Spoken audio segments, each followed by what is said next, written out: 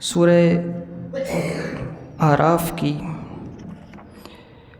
آیت نمبر 175 کے اندر اللہ تعالیٰ نے بنی اسرائیل کے ایک ایسے شخص کا ذکر فرمایا ہے جس کو اللہ تعالیٰ نے بڑے علم سے نوازا تھا۔ ضروری نہیں ہے کہ جس کے پاس علم ہو وہ بچ بھی جائے۔ بڑے بڑے علم والے تباہ اور برباد ہو جاتے ہیں۔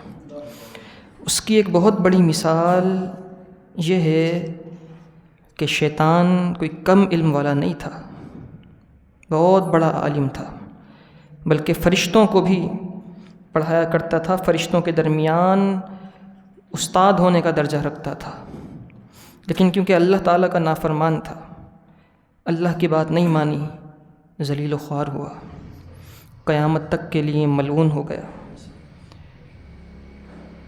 بچتا وہ ہے جس پر اللہ تعالیٰ کی عنایت ہو، جس پر اللہ تعالیٰ کا کرم ہو۔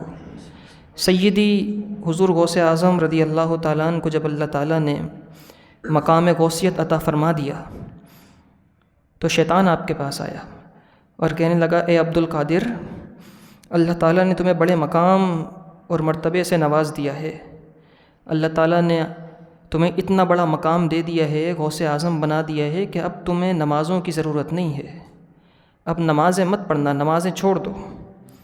تو سیدی غوث اعظم نے فرمایا، تو مجھے شیطان لگتا ہے، اگر مقام اور مرتبہ ملنے کے بعد نمازیں معاف ہونا ہوتیں تو سب سے پہلے صدیق اکبر پر معاف ہو جانی تھیں، سب سے پہلے ابو بکر صدیق پر معاف ہو جانی تھیں، اگر مقام اور مرتبہ ملنے کے بعد معاف ہونا ہوتی۔ مجھے تو شیطان لگتا ہے، تو شیطان لگتا ہے مجھے، تو انسان نہیں ہے، کیونکہ انسان اتنا بڑا فریب اور دھوکہ نہیں دے سکتا، مجھے آ کے دھوکہ دے رہا تھا۔ تو شیطان کہنے لگا، اے عبد القادر، تمہیں مبارک ہو، تمہیں تمہارے علم نے بچا لیا۔ تو سیدی غوث اعظم نے فرمایا، مجھے میرے علم نے نہیں، مجھے رب کے فضل نے بچایا ہے۔ اگر علم بچانے والا ہوتا تو تجھے بچا لیتا، اگر علم بچانے کی چیز ہوتی تو تجھے کیوں نہیں بچا سکا علم؟ مجھے رب کے فضل نے بچایا۔ بچتا وہ ہے جس پر خاص رب کا فضل ہو، جس پر خاص رب کا کرم ہو، اور بچتا وہ ہے، فضل و کرم اس پر ہوتا ہے جو با ادب ہو۔ بے ادبوں پر فضل نہیں ہوتا، بے ادب بد نصیب ہوتے ہیں، بے ادب بد نصیب ہوتے ہیں، وہ چاہے کتنا ہی مشہور ہو جائیں لیکن ان کے نصیبوں میں وہ سعادت مندی نہیں ہوتی جو اللہ والوں کو اللہ تعالیٰ اس موقع پر بھی عطا فرماتا ہے جب انہیں کوئی نہیں جانتا، کوئی نہیں پہچانتا، کوٹھریوں کے اندر، اپنی جھونپڑیوں کے اندر، بیابانوں کے اندر، جنگلات کے اندر بھی عبادت کر رہے ہوتے ہیں، تب بھی اللہ تعالیٰ ان کی محبتیں دلوں میں ڈال دیتا ہے۔ اللہ تعالیٰ نے قرآن مجید فرقان حمید میں ارشاد فرمایا، وَاتْلُ عَلَيْهِمْ نَبَأَ الَّذِي آتَيْنَاهُ آيَاتِنَا، اور محبوب آپ ان لوگوں پر تلاوت کیجئے، انہیں بیان کیجئے اس شخص کی خبر جسے ہم نے اپنی نشانیاں عطا کی۔ فَانْسَلَخَ مِنْهَا، تو وہ اس سے نکل گیا۔ فَأَتْبَعَهُ الشَّيْطَانُ فَكَانَ مِنَ الْغَاوِينَ، تو وہ شیطان کے پیچھے چلا، اس نے شیطان کی پیروی کی، شیطان نے اس کو اپنے پیچھے چلا دیا تو وہ سرکشوں میں سے ہو گیا۔ بلعم بن باورہ بنی اسرائیل کا ایک بہت بڑا عالم تھا، اور اس کے بارے میں کہا جاتا ہے اتنا بڑا عالم تھا کہ اسے اسم اعظم کا علم تھا، جو دعا کرتا تھا قبول ہو جایا کرتی تھی۔ یوں نظر اٹھاتا تو عرش دیکھ لیا کرتا تھا، لوح محفوظ کی تختیاں پڑھ لیا کرتا تھا، لوگوں کو خبریں دیا کرتا تھا، یہ ہو جائے گا، یہ ہو جائے گا۔ بہت بڑا عالم تھا، اللہ تعالیٰ نے بڑے علم سے اسے نوازا تھا۔ اس کی جو قوم تھی اس قوم کا نام تھا قوم جبارین۔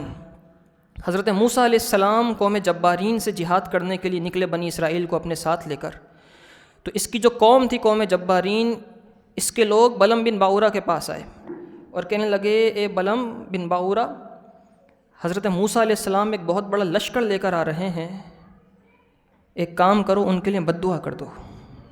تو موسیٰ علیہ السلام اور ان کی قوم کے لیے بد دعا کر دو تاکہ وہ یہاں پہنچ نہ سکیں، اگر وہ یہاں آ گئے اپنا لشکر لے کر ہم سب تباہ و برباد ہو جائیں گے۔ تو وہ کہنے لگا، ارے مجھ سے کیا بد دعا کرا رہے ہو، اللہ کے نبی کے خلاف، اگر میں نے ہاتھ اٹھا لیے بدبخت ہو جاؤں گا، تباہ و برباد ہو جاؤں گا، تم مجھ سے اللہ کے نبی کے خلاف دعا کروا رہے ہو۔ قوم کے لوگوں نے کہا کہ دعا کر کے دیکھیے، وہ نہیں مانا۔ قوم نے بہت اصرار کیا تو اس نے کہا میں استخارہ کرتا ہوں، اگر استخارے کے اندر ہاں آ گیا تو پھر میں بد دعا کر دوں گا۔ اس نے استخارہ کیا، استخارے میں نہ آیا۔ اس نے کہا استخارے میں نہ ہے، میں بد دعا نہیں کر سکتا، اللہ کے نبی کے خلاف دعا نہیں کر سکتا۔ اس کی قوم نے پھر اس کو لالچ دی، بہت سارا مال و زر دیا، عورتیں پیش کیں اور کہا کہ اب ان کے لیے بد دعا کرو۔ تو وہ یہ دنیا کا مال و زر دیکھ کر بے قابو ہو گیا، اور وہ اپنی قوم کے کچھ لوگوں کو ساتھ لے کر گیا، ایک پہاڑ پر چڑھا، اور جانے کے بعد اس نے بد دعا کی حضرت موسیٰ علیہ السلام کے خلاف۔ جس گدھی پر بیٹھ کر، جس اپنی سواری پر بیٹھ کر یہ جا رہا تھا، چڑھ رہا تھا، وہ گدھی بار بار رک جایا کرتی تھی، چند قدم چلتی پھر رک جاتی تھی، اس کو اشارہ دیتی تھی کہ اللہ کے نبی کے خلاف یہ اقدام کرنے کی کوشش مت کرو، لیکن یہ سمجھتا نہیں تھا۔ پھر اللہ تعالیٰ نے اس گدھی کو قوت گویائی عطا فرمائی۔ اس نے کہا اے بلم بن باورا، جتنا کچھ ہے سب چھن جائے گا، ذلیل اور خوار ہو جائے گا، اس دنیا کے مال کے پیچھے مت جا۔ لیکن اس کے ذہن پر دولت کا، طاقت کا، پیسے کا بھوت سوار تھا، شباب اور شراب کا بھوت سوار تھا۔ اس نے اس گدھی کی بات نہیں مانی، اس جانور کی بات نہیں مانی، گیا پہاڑ کی چوٹی پر حضرت موسیٰ علیہ السلام کے خلاف بد دعا کرنے لگا۔ تو وہ بد دعا کے الفاظ حضرت موسیٰ علیہ السلام کے لیے نکالتا تھا، خود بخود اپنی قوم کا نام لے لیا کرتا تھا، زبان قابو میں نہیں تھی۔ تو قوم کہنے لگی کہ ارے اے بلم بن باورا، یہ کیا کہہ رہا ہے؟ ہم نے تجھے موسیٰ علیہ السلام کے خلاف بد دعا کرنے کے لیے بلایا ہے، اپنے خلاف بد دعا کے لیے نہیں بلایا، تو ہمارے ہی خلاف بد دعا کر رہا ہے۔ تو بلم بن باورا کہنے لگا مجھے اپنے اوپر اختیار نہیں ہے، میں نام تو موسیٰ علیہ السلام کا لیتا ہوں، لیکن نام پتہ نہیں کیوں تمہارا آ جاتا ہے، نام پتہ نہیں کیوں۔ وہ رب ذوالجلال اس شان والا ہے، اس نے جو حواس بنائے ہیں وہ چاہے تو کانوں سے سنگھوا دے، ناک سے سنوا دے، اور ایسا ہوگا قیامت کے دن اعضا بول پڑیں گے۔ اس نے جس چیز کو جس کام کے لیے بنایا ہے وہ اس کی تاثیر، اس کا اثر اور اس کی قوت میں تبدیلی کر سکتا ہے۔ جب وہ بذات خود اس عضو کے اندر تبدیلی کر سکتا ہے تو انسان کے الفاظ میں تبدیلی کیسے نہیں کر سکتا؟ وہ چاہے تو حضرت ابراہیم علیہ السلام کے لیے گرم آگ کو ٹھنڈا کر دے، وہ چاہے تو حضرت یونس علیہ السلام کے لیے مچھلی کے پیٹ کو آرام دہ جگہ بنا دے کہ 40 دن تک آپ وہاں رہ سکیں۔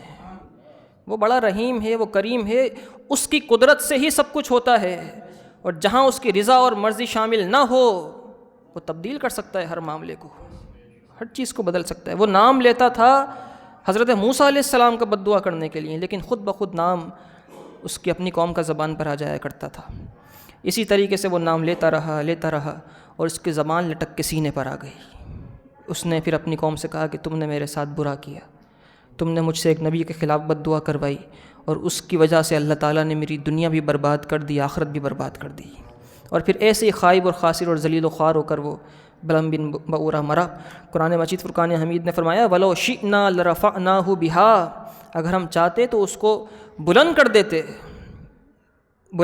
اسے، وَلَكِنَّهُ أَخْلَدَ إِلَى الْأَرْضِ، لیکن وہ زمین کی طرف جھکا۔ ہم چاہتے تو اسے اس علم، فضل، اس کے مستجاب الدعوات ہونے کی وجہ سے اسے بڑا مقام اور مرتبہ دے دیتے، لیکن اس کو سمجھ میں نہیں آئی، وہ دنیا کے مال کی وجہ سے زمین کی طرف جھکا۔ وَاتَّبَعَ هَوَاهُ، اور اس نے اپنی خواہشات کی پیروی کی۔ فَمَثَلُهُ كَمَثَلِ الْكَلْبِ، تو اس کی مثال کتے کی طرح ہے۔ کلب کتے کو کہتے ہیں، قرآن نے فرمایا اس کی مثال، اتنا علم، لوح محفوظ دیکھ لے، سب کچھ کر لے، لیکن اللہ نے فرمایا اس کی مثال کتے کی طرح ہے۔ ان تحمل علیہ یلہس، اگر تو اس پر حملہ کرے تب بھی وہ ہانکے گا، زبان باہر نکالے گا، او تترکہ یلہس، چھوڑ دے تب بھی ہانکے گا اور زبان باہر نکالے گا۔ ذالک مثل القوم الذین کذبوا بآیاتنا، یہ مثال ہے اس قوم کی جنہوں نے ہماری نشانیوں کو جھٹلایا۔ فقصص القصص، آپ لوگوں کو قصہ بیان کیجئے، لوگوں کو یہ واقعہ بیان کیجئے، لعلہم یتفکرون، تاکہ وہ غور و فکر کریں، کوئی فکر حاصل کریں، شاید کہ وہ کچھ سمجھ جائیں، شاید کہ کچھ فکر مل جائے ان کو۔ اللہ تعالیٰ بڑی حکمت کے فیصلے فرماتا ہے، اور اس کی ذات سے نا امید نہیں ہونا چاہیے۔ وہ اس کے جو فیصلے ہوتے ہیں، میں ایک بات کہتا ہوں کہ اگر وہ فیصلے فرمانے والا ہے، اگر وہ خبیر ہے، ہر ایک کے حال کو جانتا ہے، تو ساتھ ساتھ وہ حکیم بھی ہے، اس کے فیصلے حکمت سے بھرپور ہوتے ہیں۔ بعض اوقات آپ نے خود دیکھا ہوگا کہ آپ کو یوں لگتا ہے کہ یہ فلاں کام مجھ سے رہ گیا، میرا بہت بڑا نقصان ہو گیا، لیکن چند دن کے بعد پتہ چلتا ہے کہ ارے اللہ تعالیٰ نے کتنی بڑی چیز سے بچا لیا ہے، یہ چھوٹا سا نقصان ہوتا لیکن اس سے بڑا نقصان میرا انتظار کر رہا تھا۔ تو یہ اللہ تعالیٰ کی طرف سے جو فیصلے ہوتے ہیں وہ بڑے کارآمد ہوتے ہیں، کیونکہ وہ بنانے والا ہے، اور بنانے والے سے بہتر بنی ہوئی چیز کو اور کوئی نہیں جانتا۔ اس کے اندر کیا خابیاں ہیں، کیا خوبیاں ہیں، کیا اچھائیاں ہیں، کیا برائیاں ہیں، بنانے والے سے بہتر اور کوئی نہیں جانتا۔ سورہ یونس کے اندر 11ویں پارے کے اندر اللہ تعالیٰ نے اپنے اولیاء کی شان بیان فرمائی، وہ مشہور اور معروف آیت جو آپ اکثر علماء کرام سے سنتے رہتے ہیں۔ قرآن مجید فرقان حمید نے ارشاد فرمایا، الا ان اولیاء اللہ لا خوف علیہم ولا ہم یحزنون، سن لو اللہ کے ولیوں پر نہ کوئی خوف ہے اور نہ وہ غمگین ہوتے ہیں۔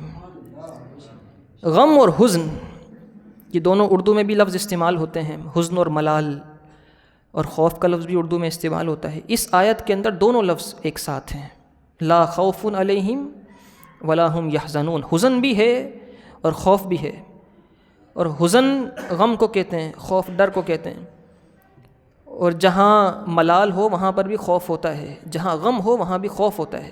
تو یہ دو الگ الگ خوف کے الفاظ ایک ہی آیت میں، کوئی تو راز ہوگا۔ علماء نے لکھا کہ خوف ہوتا ہے اپنی ذات کا، اور حزن و ملال ہوتا ہے سامنے والے کی ذات کا، کہ مجھے تمہارے بارے میں حزن ہے، تمہارے بارے میں ملال ہے، اور اپنے بارے میں ہوتا ہے خوف۔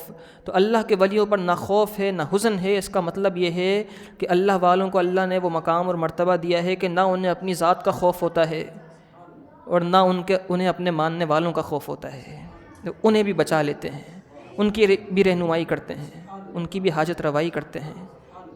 لیکن اللہ تعالیٰ جس کو سعادتیں عطا فرمائے، بے ادبی اس قدر عام ہو چکی ہے، اس قدر لوگ بے ادب ہو چکے ہیں، بالخصوص یہ جو سوشل میڈیا ہے، اس سوشل میڈیا نے لوگوں کو بالکل بے لگام کر دیا ہے، بالکل بے لگام، جس کا جو دل چاہتا ہے، جس کے بارے میں چاہتا ہے بول دیتا ہے۔ میں ایک بات سوچتا ہوں، یہ جو فیس بک ہے، یہ جو یوٹیوب ہے، اور دوسری سوشل میڈیا سائٹس ہیں جس پر کسی نے کچھ کہا تو نیچے کوئی شخص کمنٹ کر دے گا، پھر اس کا کوئی جواب دے گا، پھر اس کے جواب کا جواب آئے گا، پھر اس جواب الجواب آئے گا، پھر اس طرح ایک لمبی بحث چلتی چلی جاتی ہے۔ پتہ دونوں کو کچھ نہیں ہوتا، دونوں کو پتہ کچھ نہیں۔ دونوں بحث کیوں کر رہے ہوتے ہیں فیس بک پر؟ بحث اس لیے کر رہے ہوتے ہیں کہ مجھے فیس بک پر دیکھنے والے 4000 آدمی ہیں، تو کم از کم میں اپنی عزت بچانے کے لیے کوئی نہ کوئی جواب تو دوں، بھلے الٹا سیدھا ہی کیوں نہ ہو۔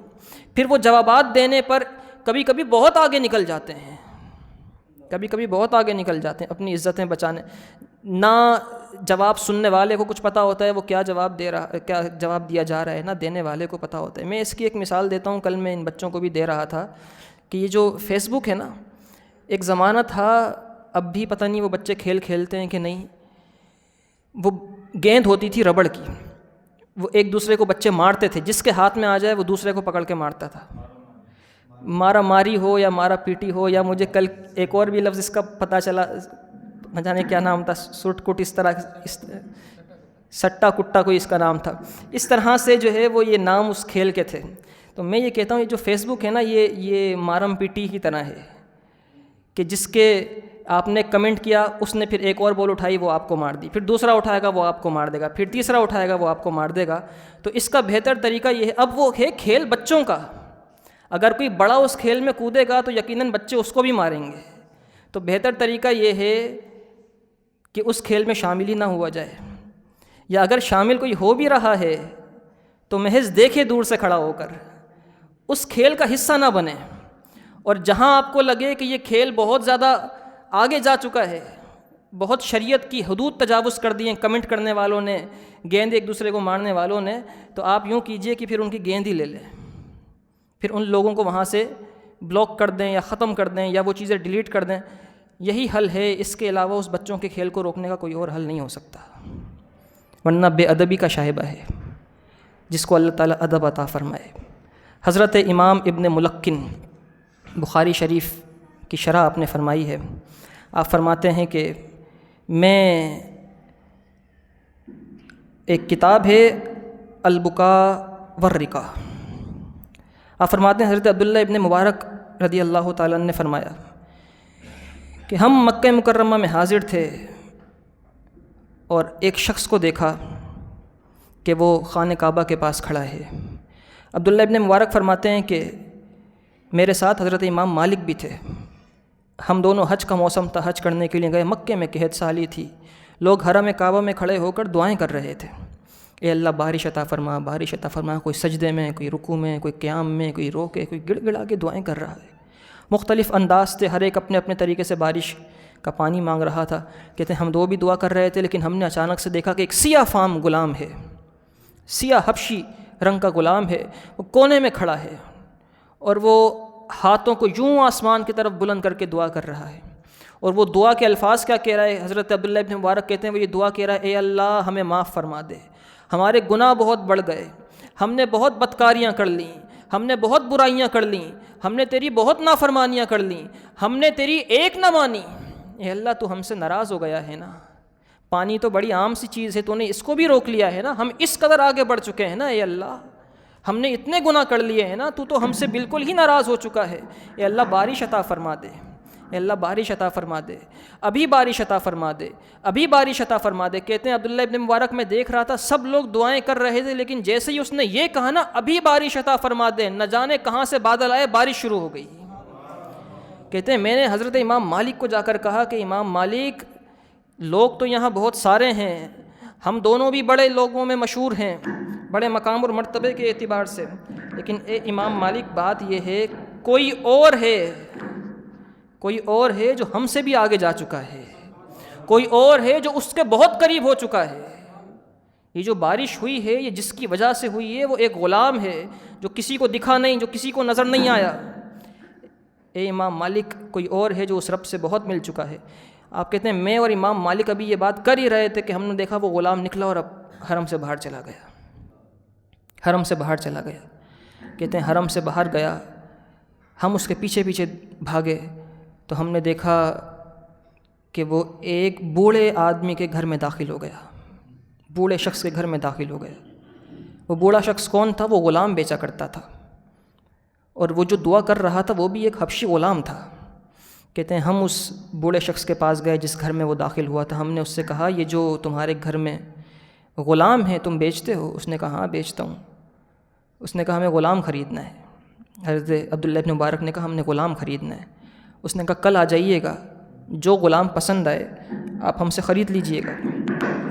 حضرت عبداللہ ابن مبارک فرماتے ہیں کہ ہم اگلی صبح اس کے پاس چلے گئے اور ہم نے جا کر کہا کہ غلام خریدنا ہے۔ اس نے ایک ایک کر کے غلام نکالنے شروع کیے، غلام دکھانے شروع کیے، ہمیں غلام دکھانے شروع کیے، تو ہر غلام دیکھ کر ہم کہا کرتے تھے یہ غلام نہیں چاہیے، اور کوئی غلام دکھاؤ، کیونکہ ہمیں جس غلام کی تلاش تھی وہ کوئی اور غلام تھا، وہ غلام تھا جو دعا کر کے گیا تھا۔ اور کہتے ہیں ہم اس غلام کو اس لیے خریدنا چاہتے تھے کہ ہم چاہتے تھے کہ اس کی خدمت کریں، اس کے خادم بن جائیں، اس کو ہم غلام بنا کے نہیں رکھتے، اس سے خدمتیں نہیں کرواتے۔ کہتے ہیں کیونکہ وہ اتنا پہنچا ہوا تھا اسی لیے ہم اس کی خدمت کرنا چاہتے تھے۔ کہتے ہیں ہر غلام کے بعد میں کہتا کہ نہیں یہ نہیں، دوسرا غلام کوئی اور دکھاؤ، کوئی اور دکھاؤ۔ جب سب غلام ختم ہو گئے تو میں نے اس بوڑھے شخص سے کہا کیا سب غلام ختم ہو گئے؟ اس نے کہا نہیں سب ختم نہیں ہوئے، ایک غلام رہ گیا ہے، ایک غلام باقی رہ گیا ہے۔ آپ نے فرمایا ذرا وہ غلام بھی دکھا دو۔ کہتے ہیں وہ غلام لا کے دکھایا گیا تو وہ وہی غلام تھا جو وہاں دعا کر رہا تھا، بہت کمزور، بہت نحیف، یوں لگتا تھا کہ پورے دن روزے ہی رکھتا رہتا ہے، پوری رات کھڑا ہوا قیام ہی کرتا رہتا ہے۔ کہتے ہیں ہم نے اس بوڑھے سے کہا یہ غلام مجھے چاہیے، یہ غلام مجھے دے دو۔ تو اس بوڑھے شخص نے کہا یہ غلام بیچنے کے لیے نہیں ہے، یہ غلام حصول برکت کے لیے ہم نے رکھا ہے۔ دکان پہ سب چیزیں بیچنے کے لیے نہیں ہوتی، کچھ برکت کا بھی مال ہوتا ہے۔ کہتے ہیں یہ غلام برکت کے لیے ہم نے رکھا ہے، یہ بیچنے کا نہیں ہے۔ لیکن ہم نے کہا یہ غلام ہی چاہیے ہمیں۔ تو وہ بوڑھا کہنے لگا آپ دونوں آئے ہیں، حضرت فضیل بن عیاض بھی ساتھ تھے۔ کہتے ہیں آپ اتنی بڑی بڑی شخصیات غلام لینے کے لیے آئی ہیں، مجھے منع کرنے کا دل نہیں چاہ رہا، مناسب نہیں لگ رہا۔ چلیے آپ یہ غلام لے جائیں۔ کہتے ہیں ہم نے وہ غلام خریدا اور لے کر ہم چلنے لگے تو ہم نے اس سے کہا کہ یہ غلام پریشان مت ہو، جس طرح وہ تیرا آقا تجھ سے خدمت نہیں کرواتا تھا، تجھے برکت کے لیے رکھا تھا، ہم بھی تجھے اپنے پاس برکت کے لیے رکھیں گے، خدمت نہیں کرائیں گے، پریشان مت ہو، ہم کوئی تجھے غلام بنا کے خادم بنا کے نہیں رکھیں گے۔ تو وہ حبشی غلام کہنے لگا ذرا یہ بتائیے، میں تو ہوں ہی نکارا، میں تو بہت کمزور ہوں، میں تو کوئی وزن ہی نہیں اٹھا سکتا، کوئی کام نہیں کر سکتا، آپ نے ہمیں خریدا کیوں ہے اور آپ ہم سے خدمت کیوں نہیں کرائیں گے؟ اگر خریدا ہے تو اتنی قیمت دی اور مجھے مخدوم بنا کے رکھیں گے اور خود خادم بن جائیں گے میرا، ایسا کیوں؟ تو حضرت فضیل بن عیاض کہنے لگے اس لیے ایسا کریں گے کیونکہ ہم نے تجھے وہاں دیکھا ہے حرم کے اندر، تیرا جو رب سے تعلق ہے اس تعلق کی وجہ سے ہم چاہتے ہیں کہ تیرے خادم بن جائیں، تیری خدمت کریں۔ تو وہ کہنے لگا رکیے، راستے میں رک جائیے، گھر نہیں جائیے، مجھے 2 رکعت نماز نفل پڑھنے دیں، یہاں پر مجھے 2 رکعت نماز نفل پڑھنے دیں۔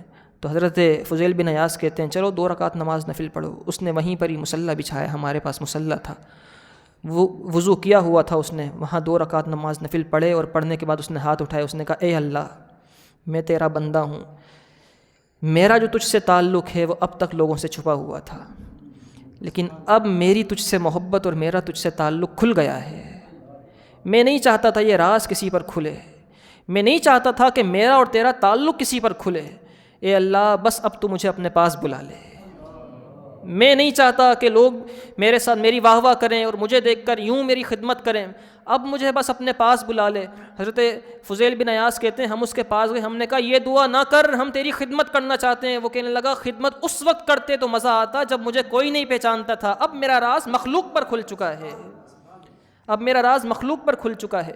یہ کہنے کے بعد اس نے کہا اے اللہ ابھی موت دے دے، ابھی اپنے پاس بلا لے، ابھی اپنے پاس بلا لے۔ حضرت فضیل بن عیاض کہتے ہیں تیسری مرتبہ اس نے یہ کہا کہ ابھی اپنے پاس بلا لے، زمین پر گرا، تڑپا اور روح پرواز کر گئی۔ کہتے ہیں روح پرواز کر گئی۔ کہتے ہیں پھر ہم دونوں گلے مل کر بہت روئے، ہم نے کہا اللہ کے کچھ ایسے بندے بھی ہوتے ہیں جنہیں کوئی نہیں پہچانتا، لوگ مذاق اڑاتے ہیں، لوگ غلام سمجھتے ہیں، لوگ حبشی رنگ کا سمجھتے ہیں، لوگ کوئی اہمیت اور فوقیت نہیں دیتے، لیکن رب کی بارگاہ میں نہ جانے کہاں پہنچے ہوئے ہوتے ہیں، نہ جانے رب کی بارگاہ میں کہاں پہنچے ہوئے ہوتے ہیں۔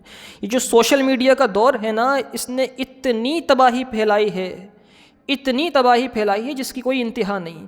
جو چیز عقل میں نہیں آتی اس کے خلاف بولنا شروع کر دیتے ہیں۔ اگر اللہ کے ولی کی کرامت کوئی عقل میں نہیں آ رہی تو یہ تمہاری عقل کی کمی ہے، اس ولی کی کرامت کے اندر کوئی کمی نہیں ہے، اس رب کی عطا میں کمی نہیں ہے۔ تم نے بابا کہہ کے اس کو چڑھانا شروع کر دیا، تم نے اس اللہ کے ولی کا مذاق اڑانا شروع کر دیا۔ اگر یوں ہی ہے تو چاہے تمہارے پاس کتنا ہی علم کیوں نہ ہو، حالت بلم بن باورا جیسی ہو جائے گی، کتنا ہی کچھ کیوں نہ ہو، لیکن ادب نہیں ہے، اگر سلیقہ نہیں ہے، اگر اللہ کے ولیوں کی پہچان نہیں ہے، اگر ان کی محبت نہیں ہے تو پھر سب ضائع چلا جائے گا۔ اپنے دلوں کو تبدیل کیجیے، جو رمضان کا مہینہ ہے دلوں کو تبدیل کرنے کے لیے آتا ہے، فکر اور سوچ کو بدلنے کے لیے آتا ہے، لیکن ہماری نہ سوچ بدلتی ہے نہ فکر بدلتی ہے۔ حضرت موسیٰ علیہ السلام آپ ایک جگہ سے گزر رہے تھے، آپ نے دیکھا کہ باغ میں ایک شخص، ایک نوجوان کھیتی باڑی کر رہا ہے، خدمت کر رہا ہے۔ وہ نوجوان اس نے موسیٰ علیہ السلام کو دور سے دیکھا تو بھاگتا ہوا حضرت موسیٰ علیہ السلام کے پاس آ گیا اور کہنے لگا اے موسیٰ میرے لیے اللہ سے دعا کر دو۔ حضرت موسیٰ علیہ السلام نے کہا کیا دعا کرنی ہے؟ کہنے لگا دعا یہ کر دیں کہ اللہ مجھے اپنے عشق کا آدھا قطرہ عطا فرما دے۔ حضرت موسیٰ علیہ السلام نے فرمایا اس کے عشق کا آدھا قطرہ بہت بڑی چیز ہے، کچھ اور مانگ لے۔ کہنے لگا نہیں، اس کے عشق کا قطرہ چاہیے، اس سے ملنا چاہتا ہوں۔ تھا نوجوان، رب ذوالجلال کو نوجوانوں کی عبادت بڑی پسند ہے۔ بوڑھا ہونے کے بعد جب انسان کسی کام کا نہ رہے پھر تو مسجد میں آ کر بیٹھنا ہی ہے، کیونکہ بچے بھی گھر پر نہیں ہوتے، پورے دن بور ہوتا رہتا ہے۔ پھر مسجد میں آ کر بیٹھ گیا تو کیا کیا؟ مزہ تو اس وقت ہے کہ جب ساری ذمہ داریاں بھی ہوں، سارے فرائض بھی انجام دینے ہوں، گھر کی بھی ذمہ داریاں ہوں، وقت بھی کم ہو، لیکن پھر بھی اس رب کی یاد کے لیے وقت نکالا جائے۔ وقت نکلا ہوا تھا، فارغ وقت تھا، پھر مسجد میں آ کر بیٹھ گئے، پھر کیا آ کے بیٹھے؟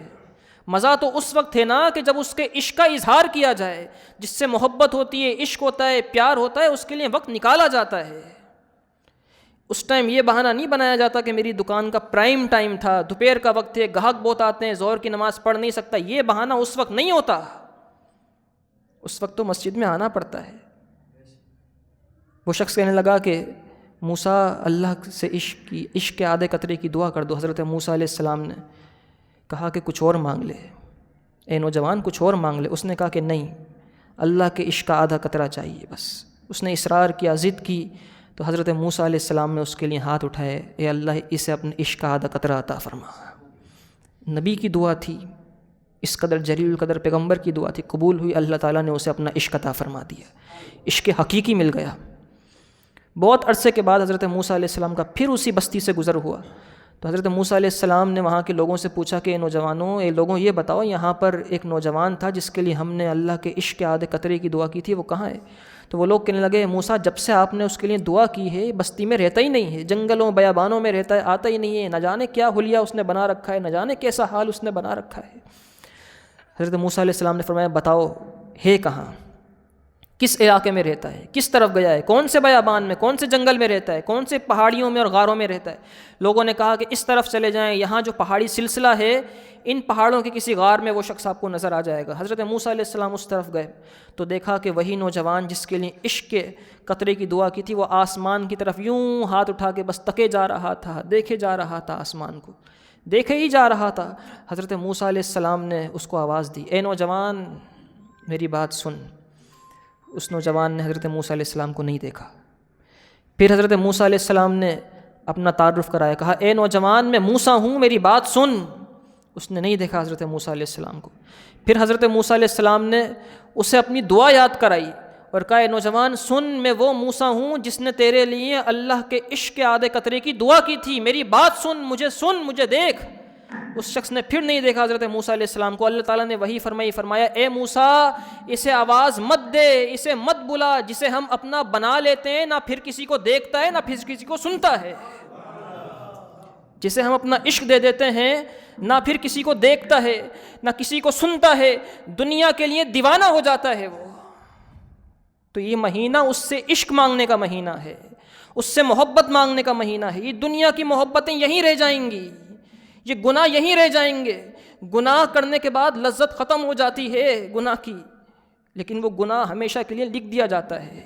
نیکی کرنے کے بعد نیکی کی تھکاوٹ ختم ہو جاتی ہے، لیکن وہ نیکی ہمیشہ کے لیے لکھ دی جاتی ہے۔ پچھلے سال جو آپ نے تراویحاں پڑھیں، تھک گئے ہوں گے 20-20 رکعت کھڑے ہو کر، روزے رکھے تھے، تھک گئے ہوں گے۔ کچھ بچے میڈیکل ریپ ہوتے ہیں، پورے دن باہر رہتے ہیں، یا اور کوئی باہر کا کام کرتے ہیں، سپلائی کرتے ہیں، چیزیں موٹر سائیکلوں پہ جانا ادھر ادھر، پھر بھی روزہ رکھتے ہیں۔ کیوں؟ اس سے محبت ہے نا، اس سے عشق۔ گھر والے منع کرتے ہیں، ماں کہتی ہے بیٹا آج نہ رکھ، آج تجھے شہر سے باہر جانا ہے، لیکن وہ کہتا ہے کہ نہیں امی، ایک ہی دفعہ تو رمضان آیا ہے۔ تو یہ مہینہ اس سے عشق مانگنے کا مہینہ ہے، اس کی محبت مانگنے کا مہینہ ہے، اپنے آپ کو تبدیل کرنے کا مہینہ ہے۔ اللہ تعالیٰ ان بزرگوں کے صدقے میں ہماری دنیا اور آخرت سنوار دے۔ وآخر الدعوانا الحمد للہ رب العالمین۔ اللہ